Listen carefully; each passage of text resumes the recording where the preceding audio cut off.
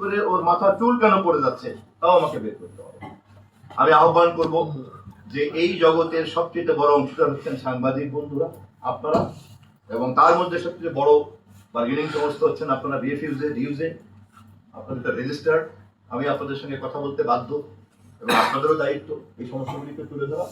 সেই কারণে কেবলমাত্র সুপারফিশিয়াল বার্গেনিং এর মধ্যে না থেকে এই প্রবলেমের স্ট্র্যাটেজিক ক্যারেক্টারটাকে কিভাবে বোঝা যায় এবং সেইখানে কি করে এনগেজ করা যায়, সেইখানে কি করে আমরা যৌথভাবে কাজ করতে পারি, সেই ব্যাপারে আমি আপনাদের কাছে আপনাদের সকলকে সামনে রেখে, বিশেষ করে এই ক্যামেরা এবং ফটো জার্নালিস্টদেরকে সাক্ষী রেখে দেশবাসীকেও যুক্ত করতে চাই।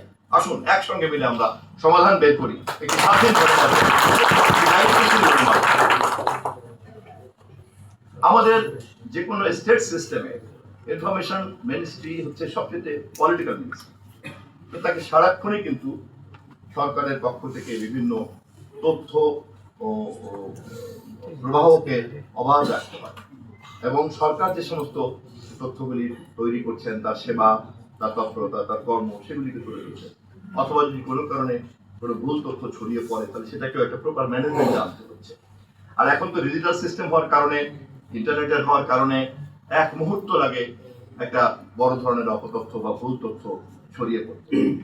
এবং একটা ভুল তথ্য, অপতথ্য যদি মাত্র 5 ঘন্টাও যদি প্ল্যাটফর্মে ভেসে বেড়ায়, সে কারণে যে 2-একটা দুর্ঘটনা ঘটে যাবে না, দেখা গেল পরে আবিষ্কার হলো যে পুরোটাই একটা ভুয়া, কিন্তু ততক্ষণে দেখা গেল যে 2টা লাশ হয়ে গেছে, ততক্ষণে 3টা লাশ হয়ে গেছে। তো it's a new challenge for this ecosystem. আবার এখানে ধরেন আগের মতো যদি আমরা বলতে যাই নিয়ন্ত্রণ হবে না, নিয়ন্ত্রণ না হলে থামবে কিভাবে? এটাকে তো থামাতে চাইলে তো কোনো এক ধরনের নিয়ন্ত্রণ লাগবে, তাৎক্ষণিক তো একটা ক্ষমতা লাগবে এটাকে অন্তত থামাও। যেহেতু আমি বুঝতে পারছি এটা একটা দিকে যাচ্ছে, তাহলে সেই ক্ষমতাটাকে চর্চা করার ক্ষেত্রে যাতে এই অজুহাতে আবার প্রকৃত সুস্থ সাংবাদিকতা যাতে চ্যালেঞ্জের মধ্যে না পড়ে, আবার সেটাও খেয়াল রাখতে হবে। এইভাবে কিন্তু নানান রকম অংশীদারদের নানান রকম একটা কনফ্লিক্টিং সিনারিও এর মধ্যে আছে। ফলে ইটস এ নিউ প্রবলেম, এবং এই নিউ প্রবলেমের সলিউশনটা অবশ্যই হবে নতুন। ভাইরাস যদি নতুন হয়, তার অ্যান্টিভাইরাসটাও তো নতুন হইতে হবে, পুরোনো অ্যান্টিভাইরাস দিয়ে তো কাজ হবে না। তা আমি সেই কারণে আপনাদেরকে আহ্বান রাখলাম যে অংশীদারদের মধ্যে আমি সবচেয়ে কার্যকরী অংশীদার যেটা আপনাদেরকে মনে করি। আপনাদের উপরে ভর করেই তথ্য প্রবাহ চলে, আপনাদের উপরে ভর করেই পত্রিকা মালিকরা ব্যবসা বাণিজ্য করেন, আপনাদের উপরে ভর, আপনাদের পেশাকে ঘিরেই প্রেস চলে, এটা চলে, ওইটা চলে। এমনকি ফেসবুক, ইউটিউবের মতো সোশ্যাল মিডিয়া প্ল্যাটফর্ম কিছু করে না, সংবাদ উৎপাদন করে না আপনারা। শুধু ওই প্ল্যাটফর্মটা ব্যবহার করার কারণে সে আবার বলে যে তুমি যদি আমার প্ল্যাটফর্মে তুমি যদি এই সংবাদ প্রবাহ করো তাহলে তোমার টাকা দিব। আরে সংবাদ উৎপাদন করলো হচ্ছে মিডিয়া হাউস, আর ছড়িয়ে বেড়ালাম আমি জহিরুদ্দিন সফল, টাকা পেলাম আমি ফেসবুকের কাছ থেকে। পরিশ্রম করলে কিন্তু আপনারা নিশ্চয়ই আপনারা কমিউনিকেট করতে পারছেন আমার তথ্যটা। টাকা তো আমি পাচ্ছি ফেসবুকের কাছ থেকে, বিগত আমি 10 লাখ ছড়িয়ে বেরিয়েছি। কিন্তু কি ছড়িয়ে বেড়ালাম? আপনার তৈরি করা সংবাদ। এবং আপনাকে যে সংবাদ তৈরি করার জন্য সেটা মিডিয়া হাউস কোনটা, ইন্ডাস্ট্রি কোনটা, হয়তো আপনি যে হাউসে কাজ করেন তারা। তাহলে আমিও কিন্তু একটা ফাউল। সোশ্যাল মিডিয়াও কিন্তু ফেসবুক বলেন, বিল গেটস বলেন, আর অন্য কেউ কি বলেন, সেও কিন্তু একটা ফাউল। মাঝখানে কিন্তু এই ব্যবসা তৈরি হয়ে যাচ্ছে। যদিও বাজিস্টাম অস্ট্রেলিয়াতে এবং ইউরোপে এই ব্যাপারে পরীক্ষামূলক চলছে, নিশ্চয়ই আপনারা জানেন সবাই। আমরাও একটু পরীক্ষা করার কাজে হাত দিয়েছি যে কিভাবে কি করা যায়। তো এরকম একটা জগতে আবার এটাকে তো টেকনোলজির এই ক্ষমতা, সম্ভাবনা এবং বিকাশকে নাকচ করার ক্ষমতা তো আমাদের নাই। আমি হাজারবার বললেও আমার উঠতি বয়সের আমার ছেলে মেয়ে সে তো এই ডিভাইস ব্যবহার বন্ধ করবে না বলে আমরা তো এখানে ঢুকে পড়েছি। আমি যোগ করে একটা কথা বলি যে মানে এটা নিউজ ইনফরমেশন আকারে নিয়ে না, এটা জাস্ট একটা হালকা কথা বলছে যে আমরা ছোটবেলায় দেখতাম যে নবদম্পতিদের জন্য সবচেয়ে মানে কাঙ্ক্ষিত মুহূর্ত হচ্ছে কখন সে তার প্রিয়তমা স্ত্রীকে নিয়ে অথবা তার স্বামীকে নিয়ে দরজা আটকায় তারা তাদের ব্যক্তিগত সংলাপে যাবে, তাই না? এবং ওই মুহূর্তটা যারা আমরা আশেপাশে থাকতাম তাদের জন্য খুব মজার ব্যাপার ছিল, যেটা একটা চমৎকার একটা প্যারাডাইম শিফট হয়ে গেল। যেটা এতদিন ছিল একটা অপরাধ, বৈবাহিক সম্পর্কের জন্য এটা একটা চমৎকার একটা আনন্দের বিষয়। সেই আমলের দরজা আটকালেই সব গোপনীয়তা নিশ্চিত হয়ে যেত। এখন দরজা আটকালেন বটে, কিন্তু হাজবেন্ডের হাতে হচ্ছে ফেসবুক সোশ্যাল মিডিয়া নিয়ে একটা যে ঢুকছে সেও ঢুকছে।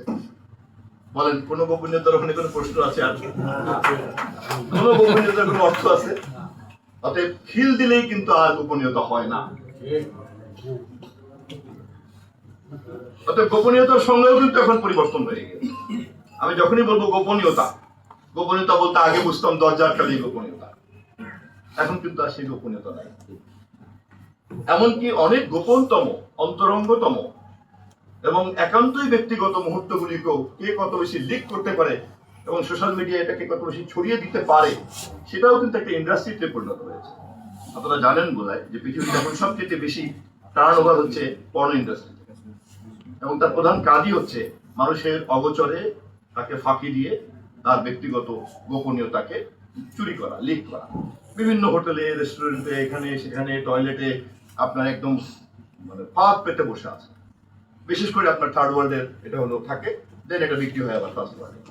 পর্ন ইন্ডাস্ট্রি এত পাওয়ারফুল এবং এত বিশাল টার্ন ওভার। এনিওয়ে, আমার কথা অনেক বড় হয়ে যাচ্ছে, আমি কথা আর বাড়াবো না।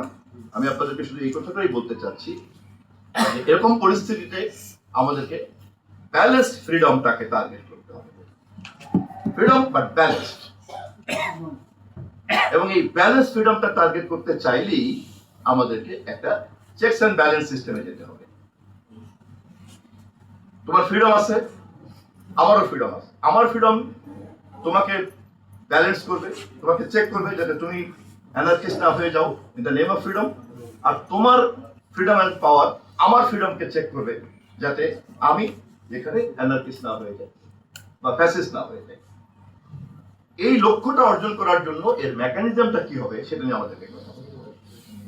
এবং সাধারণত দেখা যায় যে এই কাজগুলি করার পিছনে কাজ করে ধরেন ক্ষমতার একটা মোহ কাজ করে, অথবা আদর্শের একটা প্রেম কাজ করে। কিন্তু তথ্যের জগতে বস্তুনিষ্ঠতা হলে সবচেয়ে বড়। সেই বস্তুনিষ্ঠ তথ্যকে আদর্শের লেন্স দিয়ে আগেই যেটা বলেছিলাম, রঙিন রঙিন গ্লাসে যে যার মতো করে দিবে। বামপন্থীরা একরকম গ্লাসের মধ্যে তথ্যটা রাখবে, আরেকজন আর এক পন্থী আরেকভাবে রাখবে, আর এক পন্থী আরেক জায়গায় রাখবে, আর এক পন্থী আরেক জায়গায়। যে পন্থীর গ্লাসে দিয়ে ওটা পানিটা দেখবেন যে ওই পন্থীর রং দেখা, তথ্য কিন্তু এক। অতএব বাস্তবতাটা কি হচ্ছে? গণমাধ্যমকে তার বস্তুনিষ্ঠতা দিয়ে মূল্যায়ন করতে হবে। কত বড় বিপ্লবী কথা বলছেন, কত বড় মার্ক্সবাদী কথা বলছেন, আর কত বড় ইসলামী চিন্তাবিদ কথা বলছেন, এটা কিন্তু কোনো মানদণ্ড না। মানদণ্ড হচ্ছে ওটার মধ্যে বস্তুনিষ্ঠতা কতটুকু আছে। আর এই বস্তুনিষ্ঠতাকে মেজারমেন্ট করার জন্যই এখনকার ডিজিটাল সিস্টেমে ফ্যাক্ট চেকিং থেকে শুরু করে নানান রকম মেকানিজমকে বের করা যায়। অতএব আধুনিক গণমাধ্যম ব্যবস্থাপনা সিস্টেমের মধ্যে এই ধরনের ডিজিটাল চেকিং অ্যান্ড ব্যালেন্স সিস্টেমটাকে আমরা ইন্ট্রোডিউস করতে টার্গেট নির্ধারণ করতে হবে। এর মধ্য দিয়েই আজকের যে শিরোনাম করছেন আপনারা, স্বাধীন গণমাধ্যমের নতুন চ্যালেঞ্জ, অপতথ্য মোকাবেলা। এই অপতথ্য মোকাবেলার কাজটা আমরা নিশ্চিত করতে পারবো এবং গণমাধ্যমের স্বাধীনতাকে আমরা নিশ্চিত করতে পারবো। আমি সর্বশেষ আবারও আহ্বান জানাই, এটি শুধুমাত্রই গণমাধ্যম আনুষ্ঠানিকতা না, আসলে আমাদের জন্য একটা নতুন যুদ্ধ শুরু হয়েছে। এবং গণমাধ্যমের ক্ষেত্রে অন্তত এই যুদ্ধটা আমরা সবাই মিলে দাঁড় করে যদি দিয়ে যেতে পারি, ভবিষ্যতের কোনো বিপদগামী রাজনৈতিক শক্তিও এই ধরনের প্রাতিষ্ঠানিক কাঠামোকে ভাঙতে তখন আর সাহস পাবে না বা কোনো সুযোগ পাবে না। যেহেতু আমাদের প্রতিষ্ঠিত যে কোনো ব্যবস্থাপনাটাকে আমরা যখনই ডিজিটালাইজ করে ফেলতে পারবো, তখন কোনো ব্যক্তির পক্ষে কিন্তু আশা করা সম্ভব না। কোনো ব্যক্তির পক্ষে বা ইভেন কোনো আদর্শের পক্ষে কিন্তু সম্ভব হবে না। সাম্প্রতিককালে আমরা দেখেছি গণমাধ্যমের এই ক্ষমতার কারণে নেপালে শুধু সরকারি দল না, বিরোধী দলকেও কিন্তু চ্যালেঞ্জের মধ্যে পড়তেছে একই সময়। অতএব দেখা গিয়েছে যে তথ্যের ক্ষমতা এবং প্রবাহের ক্ষমতাটা এমন, বলা যায় না এখন আবার ওনারা যেমন আছেন এটা যে একেবারে গ্যারান্টেড তাও না। বিকজ তথ্য প্রবাহের ক্ষমতা এখন এমন হয়ে গেছে যে কোনো সময় গণমানুষকে সে যুক্ত করে ফেলছে। আর যে কোনো সময় যেহেতু গণমানুষকে যুক্ত করে ফেলছে, সেই কারণে রাষ্ট্রের ক্ষমতা কিন্তু আর আগের মতো থাকছে না। রাষ্ট্র যেমন আগে মনে করতো বা সরকার মনে করতো আমি তো তথ্যমন্ত্রী হয়ে গেছি, আমি যা বলবো তাই কিছুই ছাপবে না, একটা মিডিয়া হাউস ছাপলো না, কিন্তু সে লিক করে দিল একটা সোশ্যাল মিডিয়ার কাছে। That's it. তার পত্রিকায় ছাপতে হয়তো 20 লাখ 20,000, অথচ সোশ্যাল মিডিয়া একই জিনিস লিক করে দেওয়ার কারণে ওখানে ছড়িয়ে পড়বে 20 লাখ। বহু বড় বড় গণমাধ্যমের ইন্ডাস্ট্রির হাউস আছে, সে 100 কোটি টাকা দিয়ে ইন্ডাস্ট্রিতে লোক নিয়োগ করে সে যে পরিমাণ ক্লাউড তৈরি করেছে, তার চেয়ে একজন ক্রিয়েটিভ ইউটিউবার অনেক বেশি বড় ক্লাউড তৈরি করে বসে আছে।